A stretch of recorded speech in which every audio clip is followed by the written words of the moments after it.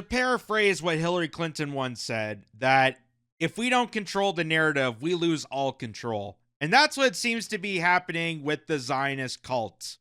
That because people have smartphones, they have technology, they have the internet, they have the word of mouth, they could see the images, they could see what's happening in real time, they could talk to people who are openly bragging about this genocide. They're losing control. They're losing control and they're panicking. Panicking. That's why it's right now there's so many Jewish conferences happening simultaneously, bring all these people together, say, what the hell are we going to do? Because, oh my God, even Jewish people are realizing that Zionism is not actually Judaism, that it's a cult. It's a cult. It's a death cult. Assimilate with Judaism so they can use that as a front so that anyone that critiques Zionism and the taking over of the Palestine region and slaughtering a bunch of these innocent people, they can then use the excuse of being anti-Semitic. But the thing is, Palestinians are actually Semites, according to biblical proportions. But of course, Zionists don't really believe in the Bible. Zionists, again, it's not a religion. It's a political cult disguising itself as a religion. And people are up in arms. They are panicking about this, even including Ben Shapiro. Ben Shapiro, who once upon a time told, people that, Daily Wire was going to go bankrupt, and that's why they fired a bunch of people. They laid off so many people. They had that fight with Candace Owens, and now Candace Owens is more popular than ever. They fired off, what's her name? Brett Cooper, another Daily Wire host, and did this transformation. So why are they still on the air? Why are they still on the air? I thought you guys were in Chapter 11 bankruptcy. I thought you guys were going to be done and over with. But now you're saying that you're promoting more content. So who is funding you? Who is funding you? How does a big, giant media empire like Daily Wire on the verge of bankruptcy and closure still continue on? Who is exactly funding you in this? And Red Pill Media says Ben Shapiro says he's working on Judeo-Christian content tailored toward children. That's right. Ben Shapiro is going to be a children's entertainer for Judeo-Christian content. Because, Sunday school isn't enough. And just telling kids to read the Bible and actually get some scripture into them, that's not enough. But no, Ben Shapiro has to step in and teach these kids the true passions, the true visionary of the Judeo-Christian ethic. Which, if you actually look at scripture, if you actually look at where Judaism comes from, where Christianity comes from, they're separate. Okay, Judaism and Arab are actually more similar than Judeo and Christian, because Judaism derives from Abraham. And if you look at the scripture, if you look at theology, you go back and explore that. And this is coming from someone who's not an expert in theology, but I did research over this since October 7th to try to understand the philosophies of where these mental cases come from. You'll get to understand why all this is just a ginormous lie. All this is a ginormous lie. But Ben Shapiro's doing this. Why? He's tailoring this towards children so they don't have to listen to Miss Rachel lecture about Palestine. Miss Rachel, one of the top children's YouTubers on earth, who does a YouTube educational content, just acknowledging Palestine, not lecturing, just acknowledging about Palestine, is apparently freaking out Ben Shapiro. That's why he's doing this conference. Again, many of these conferences are freaking out about how he sees control of the mind of children. Because, oh my God, we're losing people. We're losing people. So we got to go and attack them. We got to demonize them. We got to take control, because if we lose control of the narrative, we lose all control. And that's what they're fearing about this. So here's what Ben Shapiro, the Weasel Boy, saying about taking down Miss Rachel. Most people do not become political in a particular way because they watch the news. They watch the news in large part after they've become a little bit political. And the way that people mostly become political is through culture. It is through kind of the normal water cooler conversations they have day to day. And so one of our goals was, once we had built up a big enough audience, could we start to broaden our mission to include things like entertainment content that was going to... I would say it's the opposite. That people go to watch the news to get informed about what's happening in their backyard, and they get politicized because of what the news is telling them. The stories, the projection. If someone's, going on to CBC, for example, most people just want information. They hear a story, they want to hear, more information on this, so they go to a source like CBC. But the way they present it, the way they make it so biased, and the perspective that they're using, that's what makes it political. That's what makes it hyper politicized. Just like a lot of the media outlets in America. You go on to MSNBC or whatever it's called now, and, you're trying to get information on something.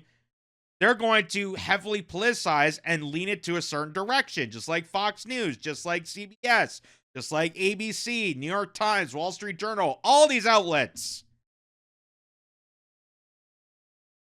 So I don't understand where Ben Shapiro's getting this, where, people are already politicized, and then they go to the news, and then that's where they start learning information. Like, do you have that completely backwards?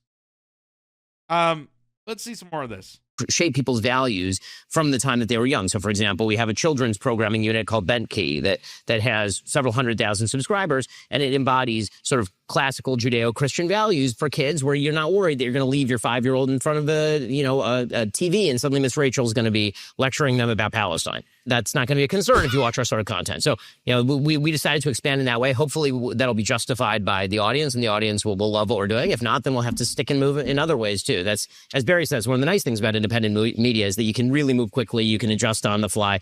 And I just want to take a second and say how courageous it is for Barry to move back into a legacy media space, which does have disproportionate power and weight in the conversation, disproportionate resources in being able to actually ferret out the news. The dirty sort of unspoken secret about independent media and legacy media is that independent media has always been at least a little bit parasitic on legacy media. They have to rely on the reporting of legacy media because they have so many resources. So for Barry to go back into legacy media and give up the freedom and fun that independent media represent in order to actually go and capture an institution and take it back for something like sanity is an amazing thing. Thank you.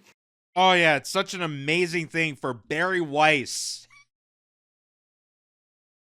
First of all, you should be thanking Larry Ellison for that. You should be thanking the Ellison dynasty family for coordinating all this, because the Ellison family, which is the richest billionaire family on planet Earth that bought 1/6 of the media entertainment sphere in America, including TikTok, and as one of the primary donors of the IDF, bought out CBS News to put Barry Weiss installed into that outlet. But Ben Shapiro's, oh my God, it's such great sacrifice that she gave up the free press. Like anyone was going to that outlet in the first place. Like anyone was going to Barry Weiss for accurate information after she got destroyed by Joe Rogan. Joe Rogan, of all people, asked a simple question: "What's a toady?" And she's like, Jamie, can you search that? I think I used that correctly. I think it's something I heard. I heard that Tulsi Gabbard's a toady from one of my bosses, and I'm telling you, but I don't know how to explain it. I could come back later. Yeah, because that's what you want running legacy media. That's what you want running the news departments that people turn to. Trusted sources like Barry Weiss. Obviously, that's not the case. The reason they have Barry Weiss there is because obviously she's going to push whatever the Ellison family, whatever this Zionist cult wants shoved down your throats. And that's why if you look at, Paramount Plus, they had a couple movies out recently where it was highlighting the, triumphant takeover of Palestine and why October 7th was such a struggle, and leaving out very critical information that people like me and anyone else with a functioning brain and an internet connection can easily find it on the fly. You know, how October 7th was manufactured, how Netanyahu paid Hamas in advance all these years to build up this coalition so it can go against the PLO, how they deliberately want to take over Palestine, not on October 7th, but since 1947. How the Zionist cult came to be because it was a politicized cult done by the British Empire. Like, it's not that hard to figure out. It's not that hard to figure out. And it's not that hard to realize that Ben Shapiro, the spineless, ghoulish weasel that he is continuously lying to you. Oh, we got to stop, kids from watching Miss Rachel lecturing them about Palestine. Sounds like every single stupid argument that people made about, like, Sesame Street. I don't want my kids to hear Elmo talk about sharing. I don't want to hear that garbage because that's going to lead to communist brain rot. I don't know. Here's an idea. If you don't want your kids, being pressured by whatever biases on television, maybe not let them watch so much television. Go read, go play outside, go interact with other kids. Isn't that a more healthier approach than trying to, sway people's opinion away from Miss Rachel to your garbage platform? It's just so ridiculous. So here, Asal Rod says Miss Rachel shares the story of Elham, a Palestinian orphan whose parents were killed by Israel in Gaza. No ambiguities. She just calls it what it is. It's a genocide. So it's not lecturing when you're just acknowledging. You're just acknowledging what's happening that anyone could go and look at. The reason why they took over TikTok, why they need Larry Ellison and others to buy out TikTok, had nothing to do with China, but had to do with the fact that young people were witnessing a genocide in real time. They're watching live streams of the Zionists, of the IDF, bragging about slaughtering families. So here's Miss Rachel acknowledging a Palestinian child who got caught up in this. Just like there was children's programming about the Iraq War. Just like there's children's programming about orphans in Africa. Are they lecturing you? Are they just informing you that this is what's happening in the world? And that your kids are going to recognize that and go, wow, that's so bad for a child. Because kids are born racist. Kids are not born to be prejudiced. They get taught. And obviously Ben Shapiro wants to take control of your child, so they become prejudiced, so they become part of the cult. But here's Miss Rachel. Elham, it's Miss Rachel. I'm going to play a little bit of your story, and then I wanted to ask you something.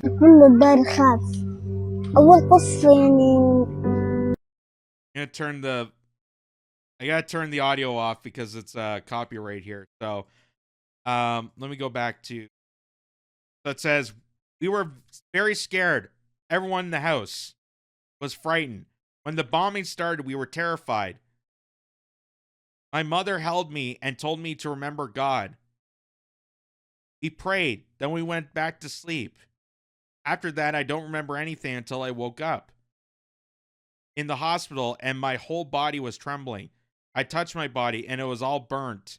A doctor was speaking to me and I asked him where my father and mother were. He didn't answer me. I stayed in the hospital without knowing where my family was. When I opened my eyes, there was a machine on my stomach and I thought my mother was next to me. But then I looked and I saw it was not my mother. After that, my grandfather came and I asked him where my family was. He told me they have all passed away. They had all passed away. May God have mercy on them. And they were waiting for me in paradise. I started crying. I was shocked. When I looked in the mirror, I said to myself, oh God, look at these wounds that are very bad wounds. Here and here are on my hand as well. They're third-degree burns. I try to express my feelings and release my emotions through drawing and coloring. It helps me forget everything that happened. The last drawing I did was the house that was destroyed. I rebuilt it in the picture, and I put a swing and a tree. I drew the tree because my father planted a tree. So, that's not a lecture. That's just acknowledging a child's story of witnessing their house, their family members killed in this war. And just like, all the hours of programming you saw about Iraq, Afghanistan, I've seen children's programming about Ukraine. How it's important to fund a bunch of neo-Nazis so they get slaughtered in the passions of war to go against Russia that was manufactured by NATO. Oh, they don't tell you that part. But they tell you that the war is bad and that's why you got to continue sending your tax dollars for this war. So here's what Miss Rachel responded. Sorry to hear about your mother and father. My heart is with you. Also, so sorry that you got those burns. That must have hurt so much. I saw the beautiful drawing you made of your house. Wow. I like how you talked about when you did the art, it helped you feel better. And I saw you drew the swing. And did your dad plant a tree? That's really cool. That's really special. I was wondering if we could put your beautiful picture in an art show. Yeah, I think that would be really special. And I would love to tell people your story. And I am sending so much love, and so many people around the world are working to try and help make things better. And we will never stop standing with you, Elham, okay? I mean, that's pretty sympathetic. I mean, that's pretty noble for, independent YouTuber, content creator for children. Just address this. Because, again, if it wasn't Miss Rachel pointing this out, that kid's going to learn anyway. It's all over the news. It's all over TikTok. It's all over social media. Hey, maybe if you don't want to talk about the genocide, maybe stop posting it on social media. Maybe not have IDF soldiers brag about it on TikTok doing little dances in Palestinian lingerie after you slaughtered their family members, after you're starving kids. Maybe stop showcasing that to the rest of the world and bragging about it, dumbass. But no, Miss Rachel's the problem because, oh my God, she acknowledged a Palestinian child suffering. And of course, Ben Shapiro coming to the rescue. Oh, thank God we have Barry Weiss in control of CBS. Now I'm going to be in control of your kids. So ridiculous. So ridiculous on this. So I don't know if people remember this. This is back in May of this year, where the New York Times did an article asking Miss Rachel if she was paid by Hamas. Yes. People literally thought this woman who's from Brooklyn, I do believe, she's a New Yorker. They literally asked her if she's paid by Hamas. All because she showcased and highlighted a story involving a young child in the heat of war. And again, go back to all the times you've seen children's programming, you've seen educational programming, you've seen like the descriptions, the gory images of war being taught to children. And this is too much. This is too much to acknowledge that a child lost their family members because of this. Oh, that's right. Because it goes against your theology. It goes against the ideology of this death cult called Zionism. And that's why they want to take down Miss Rachel, one of the top YouTube entertainers for children. So I'm just going to read some of this here. It says, the house style of the New York Times is severely outdated. Depending on the topic, the newspaper's proportionally impartial tone instead reads as smug, self-amused, and deeply lazy. No kidding. I think we already knew that. The results are disastrous when applied to a recent article, which sincerely considers the idea that Rachel Griffin Acruzo, the popular children's entertainer known as Miss Rachel, might be financially compensated by Hamas. Griffin Crusoe's grave sin is that she wants Israel to stop starving and killing Palestinian children in Gaza. For this, she has become the target of pro-Israel contingent, so committed to suppressing any support for Palestine that they have abandoned basic human dignity. Griffin Crusoe has spoken out on the crisis for a while on her Instagram page. In the past week, she's posted a number of statements that promote organizations which aid children suffering from violence and hunger, including malnutrition in Gaza and famine in Sudan. So she's not even just going after Israel. She also mentions about Sudan, another genocide. She also, I think, mentioned about the Christians being killed in Nigeria. So it's not being anti-Semitic. She's just pointing out that genocide is bad, which I think everyone can agree on, unless you're a bloodthirsty Zionist.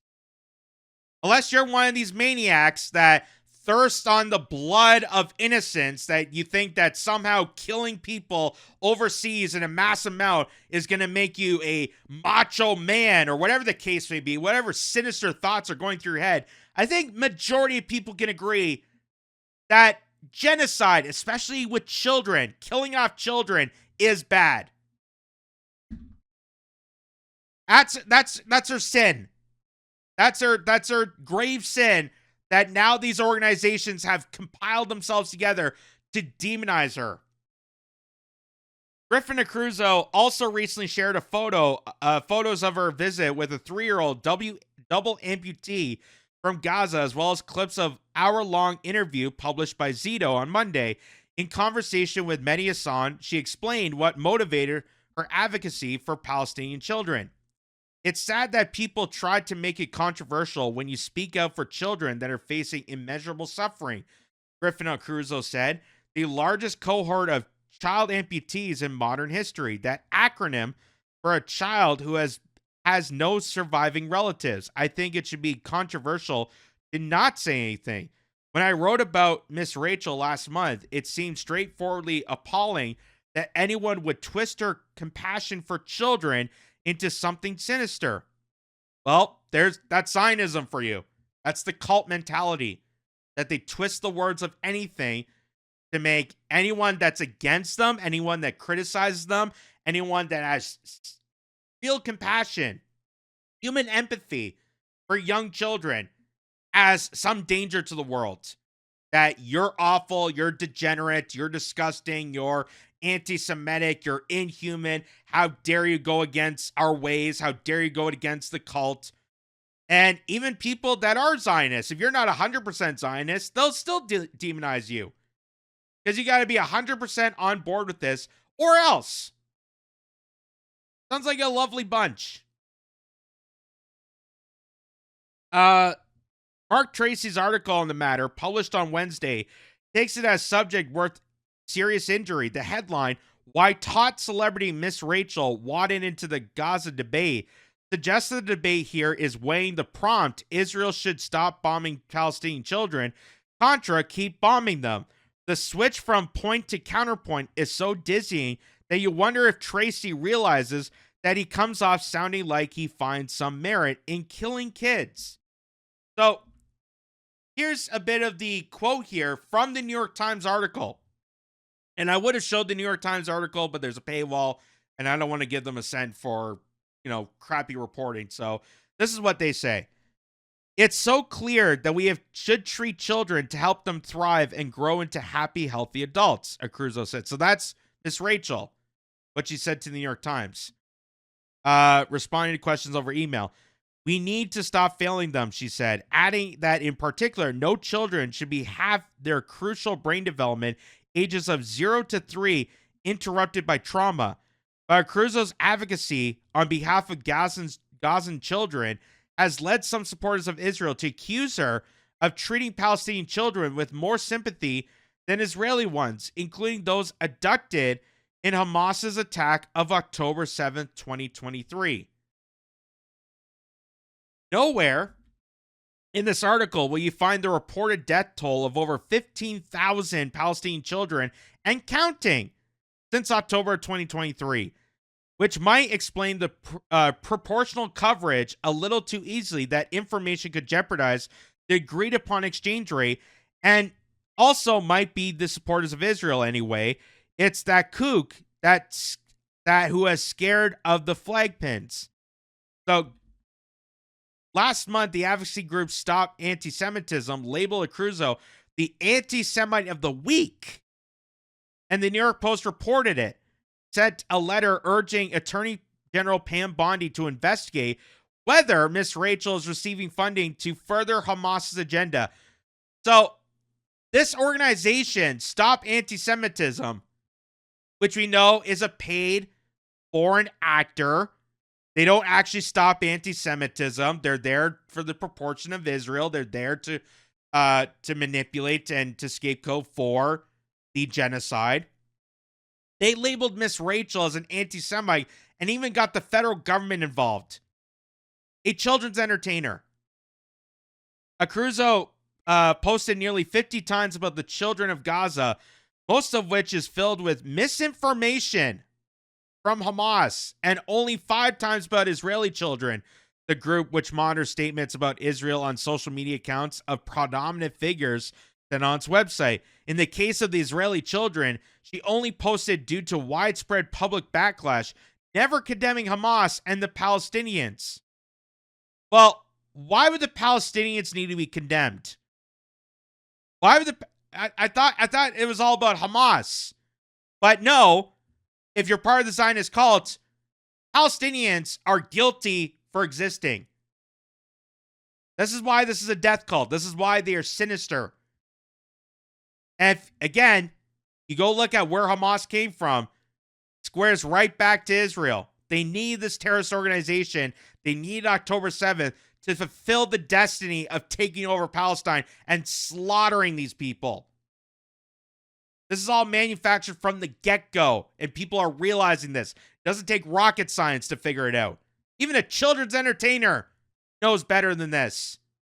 A children's entertainer knows better than journalists at a New York Times outlet, or MSNBC, or Fox News, or any of these other brain-dead outlets. Akruzzo, 42, in an emailed response, denied having received money from Hamas.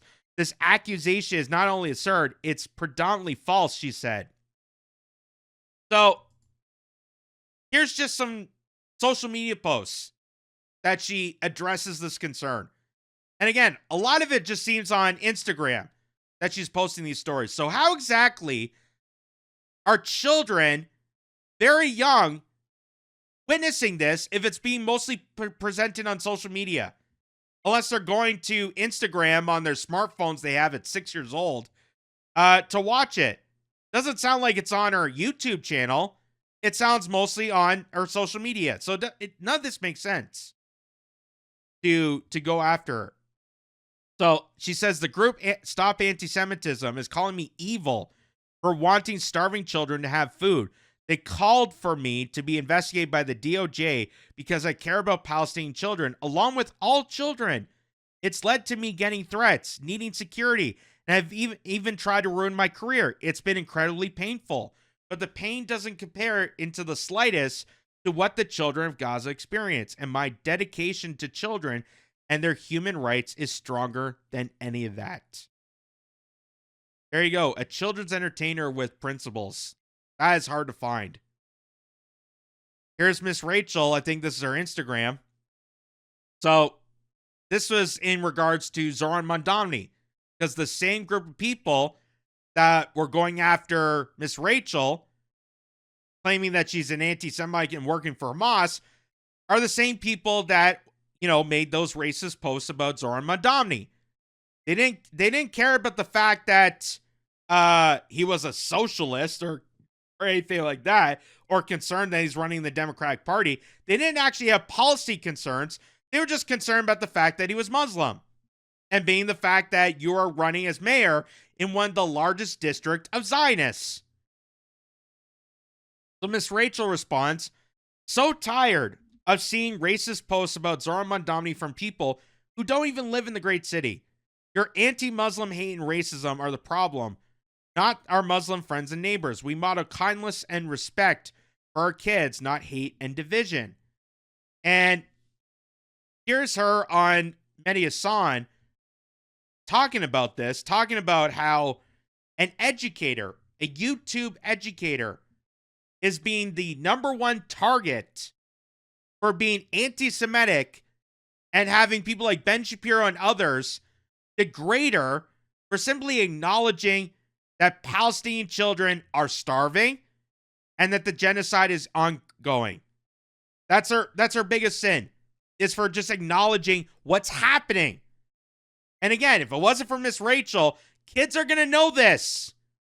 They're going to know this. They're going to talk to people who witnessed this on television, on social media.